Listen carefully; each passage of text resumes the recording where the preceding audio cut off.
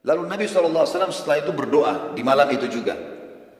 Setelah sholat maghrib, para sahabat mendengarkan beliau mengatakan, Ya Allah, tutupilah rasa khawatir dan aurat kami.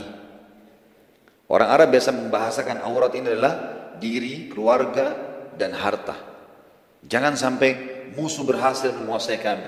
Ya Allah, Zat yang telah menurunkan kitab Al-Quran, Zat yang telah mengatur awan-awan, sangat cepat hisapnya, Zat yang mampu mengalahkan pasukan sebanyak dan sekuat apapun, porak-porandakanlah mereka.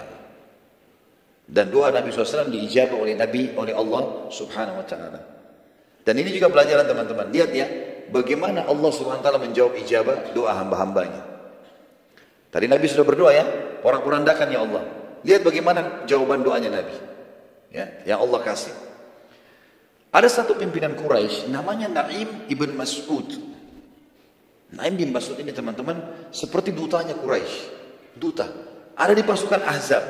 Keluar dari Mekah, bencinya sama Islam luar biasa. Emang mau berperang. Dengan hikmah Allah, doa Nabi SAW tadi diijabah. Apa yang terjadi? Tiba-tiba Naim bin Mas'ud melempar anak panah. Di situ ada tulisan. Tulisannya, wahai muslimin, sampaikan kepada Muhammad kalau saya mau masuk Islam. Tiba-tiba mau masuk Islam. Enggak ada angin, enggak ada apa ini. Sudah 40 hari, ini malam, hari ke-40 di malam harinya. Gitu kan. Saya mau masuk Islam. Nabi ditanya Nabi SAW, bagaimana ya Rasulullah? Kata Nabi SAW, baiklah. Berikan dia jalan. Kasih tangga, turun, sekarang datang. Betul-betul Naim datang sendiri. Dan di tengah malam, sepertiga malam, kayak kita sekarang sudah jam 3. Orang semua Quraisy lagi tidur. Tidak ada yang tahu. Nabi SAW sambut dia. Begitu datang, langsung tidak pakai bicara. Hai Muhammad, saya mau masuk Islam. Syahadat. Asyhadu an la ilaha illallah Rasulullah. Sudah syahadat, para sahabat bertanya, hai Naim, bagaimana bisa aku masuk Islam? Dia bilang, hati saya tersentuh malam ini untuk masuk Islam. Malam ini. Sebelumnya benci Islam ini. Dan ini contoh ijabah doa dari Allah SWT. Bagaimana Allah mengijabahnya. Nanti kita lihat bagaimana perangnya Naim bin Mas'ud mengacaukan pasukan Ahzab. Satu orang ini jadi kacau semua ini. Naim bin Mas'ud ini, waktu ditanya sama sahabat, bagaimana kau bisa masuk Islam? Dia bilang, saya tersentuh masuk Islam. Dan saya selama berhari-hari melihat kebesaran di sini, kebesaran Allah. Terbukti kita sudah nyerang dengan segala macam cara, dengan kekuatan tidak bisa menembus kalian. Lalu kata Naim, ya Rasulullah, tidak ada satupun musuh ini di depan yang tahu tentang keislamanku. Maka perintahkan apa saja, saya akan lakukan. Kata Nabi SAW, wahai Naim, kau hanya sendiri, satu orang. Apa yang bisa kau lakukan? Bila engkau mampu memecah belahkan mereka, lakukanlah. Dan ini juga berarti menandakan teman-teman, orang Islam dilarang memecah belah. Kecuali pasukan musuh. Pasukan musuh kacauin aja. Gitu ya. Maka kata Naim, aku akan melakukan ya Rasulullah. Dan ada pepatah bahasa Arab teman-teman yang berbunyi begini. Irsil hakiman wala tusi. Artinya, kirimlah orang yang cerdas dan bijaksana dan tidak usah diwasiatkan. Enggak usah ajar. Salah satu hal yang Nabi SAW sering lakukan, beliau sering menunjuk sahabat yang tidak perlu banyak instruksi menjelaskan ke dia. Nabi SAW bilang misalnya, kamu si fulan pergilah ke sana bunuh si fulan. Sudah selesai. Nabi nggak ajarin caranya, dia sudah tahu caranya bagaimana. Sampai ada sahabat, nanti kita akan pelajari juga dalam sirah kita, membunuh satu kepala suku, itu dengan cara Nabi cuma bilang, sampai mau bunuh si fulan, saya Rasulullah. Kata Nabi pergilah. Dia pergi sana, setelah itu dia bunuh kepala suku tersebut, dia kembali. Nabi tanya, bagaimana caranya kau bunuh? Ya Rasulullah, saya bergabung sama mereka. Sampai saya menjadi orang kepercayaannya. Kata Nabi, bagaimana kau sholat? Dia bilang, saya sholat dengan isyarat mata. Orang ini di pasukan musuh, dia nggak bisa salat. Kalau dia sholat jadi masalah, kan gitu. Tapi Nabi SAW tidak salahkan itu.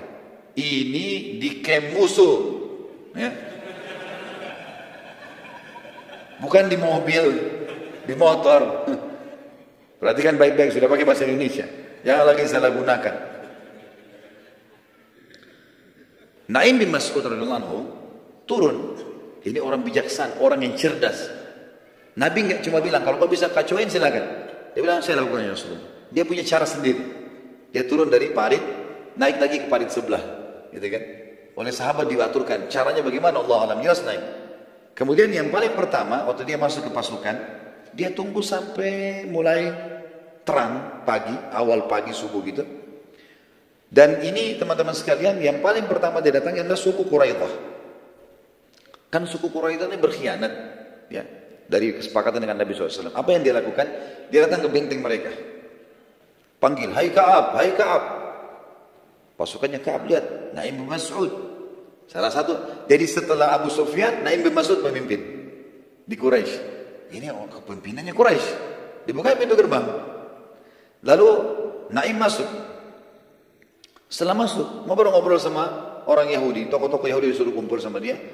Lalu dia mengatakan, bukankah kalian mengenal saya dengan baik? Kata orang-orang Yahudi, tentu saja. Bukankah kalian tahu bagaimana kedudukanku di kaumku? Siapa aku nih, kalian tahu kan?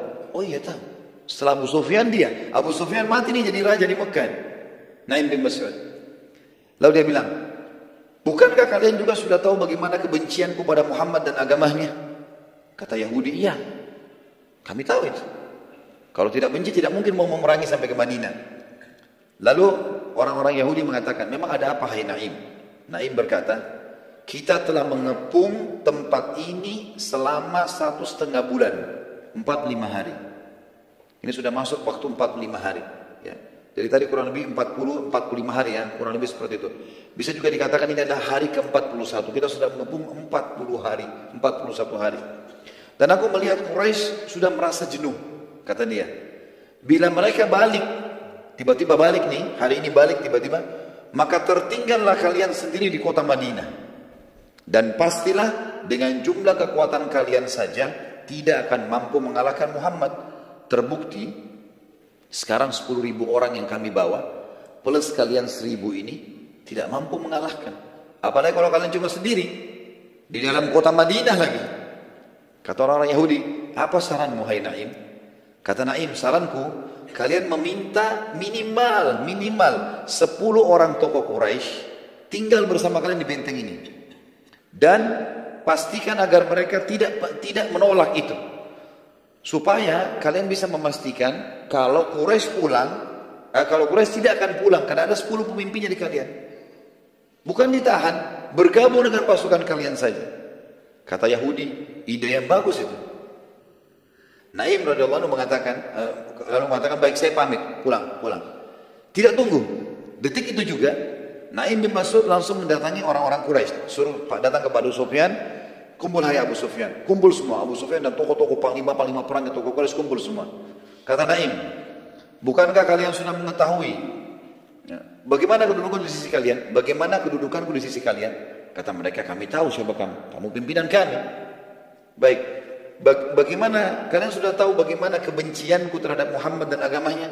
Kata mereka, tentu saja. Lalu Naim mengatakan, lalu orang Quraisy mengatakan, ada apa hai Naim? Kenapa kau bilang seperti ini semua? Kata Naim, aku telah mendapatkan informasi bahwasanya Yahudi Quraidah akan memperbaharui kesepakatan dengan Muhammad. Padahal ini Quraidah nggak buat ini. Quraidah sekarang mau memperbarui kesepakatan, padahal Quraidah nggak buat ini, gitu kan? Dan sebagai jaminan untuk Muhammad, mereka akan minta 10 orang tokoh kalian. Sebentar lagi nih, Quraidah akan minta nih 10 orang tokoh kalian untuk mereka kasih ke Muhammad sebagai jaminan, tebusan, supaya akadnya diperbaharui. Quraisy mengatakan, bila benar yang engkau ucapkan, tentu ini masalah serius ini. Gak mungkin ini. Berarti mereka berkhianat lagi sama kita. Dan bukan mustahil, kata mereka. Bukan mustahil. Quraidah berkhianat kepada kita sebagaimana dia berkhianat pada Muhammad. Gitu. Maka kata Naim, kata Abu Sufyan, sebentar dulu. Abu Sufyan sempat ragu. Biar saya pastikan sendiri ke Quraidah. Kata Naim, silahkan. Ini info yang saya punya. Pergilah Abu Sufyan ke benteng Quraidah. Hai Ka'ab, bukalah. Dilihat Abu Sufyan, bukain pintu. Kumpul semua. Pada saat kumpul kata Abu Sufyan tidak nanya tadi Naim datang atau enggak. Abu Sufyan orang dalam suasana perang, dia enggak berpikir kalau Naim tadi dari sana. Karena ini kan Naim bilang, saya dapat informasi, gitu kan. Abu Sufyan bilang, besok kita akan serang. Besok kita akan serang. Kami akan serang lagi seperti kemarin Dari parit, kalian buka benteng, kami juga masuk. Kalian dari benteng, kami dari sini. Kata Abu Sufyan, kalian dari arah benteng, sementara kami dari arah perkemahan. Kaum Yahudi mengatakan, kami tahu, kalian tahu, kalau ini adalah malam Sabtu. Kebetulan waktu itu, hari Sabtu malam minggu lah ya, kalau kita sekarang. Dan maaf, ini malam Sabtu, hari Jumat malam. Dan besok hari Sabtu. Hari Sabtu kami tidak boleh perang.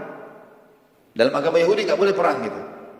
Abu Sufyan bilang, baik, kalau begitu kita mulai nyerang di hari Ahad saja. Yahudi bilang, boleh saja, asal dengan syarat. Kalian ikutkan 10 tokoh kalian di pasukan kami. Untuk menguatkan pasukan kami. Abu Sufyan bilang dalam jiwa, dalam dirinya sendiri. Dan ini diungkapkan Abu Sufyan setelah dia masuk Islam. Gitu kan? Saat ngobrol sama para sahabat, baru dia ceritain tentang kejadian ini. Abu Sufyan bilang, oh benar kalau begitu ucapan Naim. Tadi kan mau minta 10 orang. Abu Sufyan maksudnya dengan cara lain dia bertanya gitu.